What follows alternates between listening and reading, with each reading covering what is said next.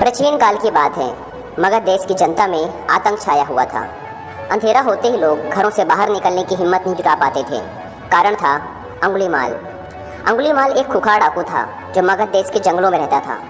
जो भी राहगीर उस जंगल से गुजरता था वह उसे रास्ते में लूट लेता था और उसे मारकर उसकी एक उंगली काटकर माला के रूप में अपने गले में पहन लेता था।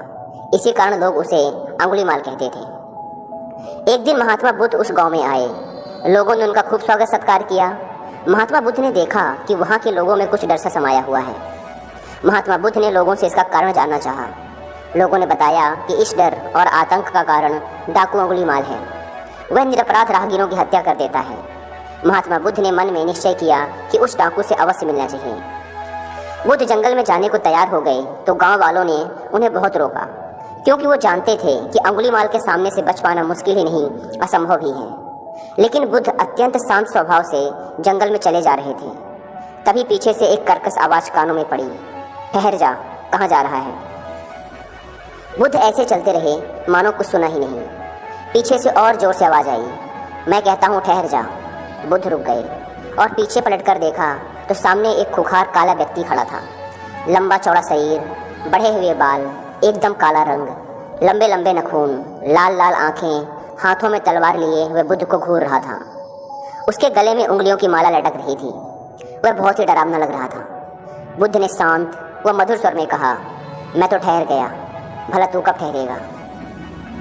अंगुलीमाल ने बुद्ध के चेहरे की ओर देखा। उनके चेहरे पर बिल्कुल भय नहीं था, जबकि जिन लोगों को वह रोकता था वे भय से थर थर कांपने लगते थे।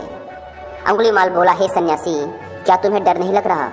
देखो मैंने कितने लोगों को मारकर उनकी उंगलियों की माला पहन रखी है।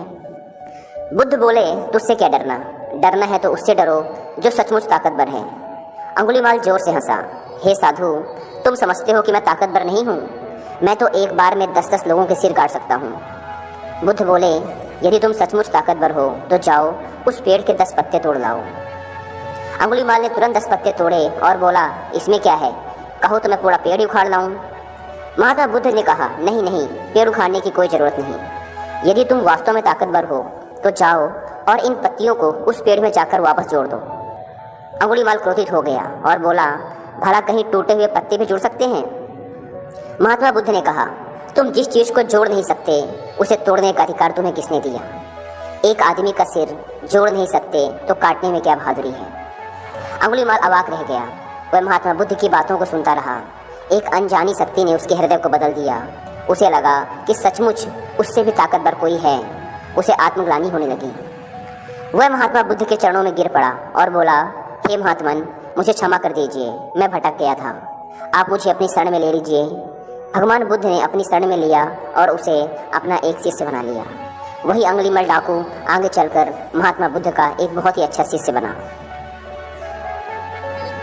इसी प्रकार हमारी लाइफ में भी ऐसी बहुत सी परिस्थितियाँ, समस्याएं, वह इंसान होते हैं जिन्हें देखकर लगता है इन्हें बदला नहीं जा सकता, इनका सामना नहीं किया जा सकता। हम डरते हैं उनसे, हम उनसे दूर भागते हैं। हमें लगता है इसका कोई समाधान नहीं है, लेकिन वास्तव में ऐसा नहीं है। यदि हम शांत दिमाग व निडरता के साथ किसी का भी सामना करें तो उसे बदला जा सकता है, उसे हराया जा सकता है, उसे जीता जा सकता है।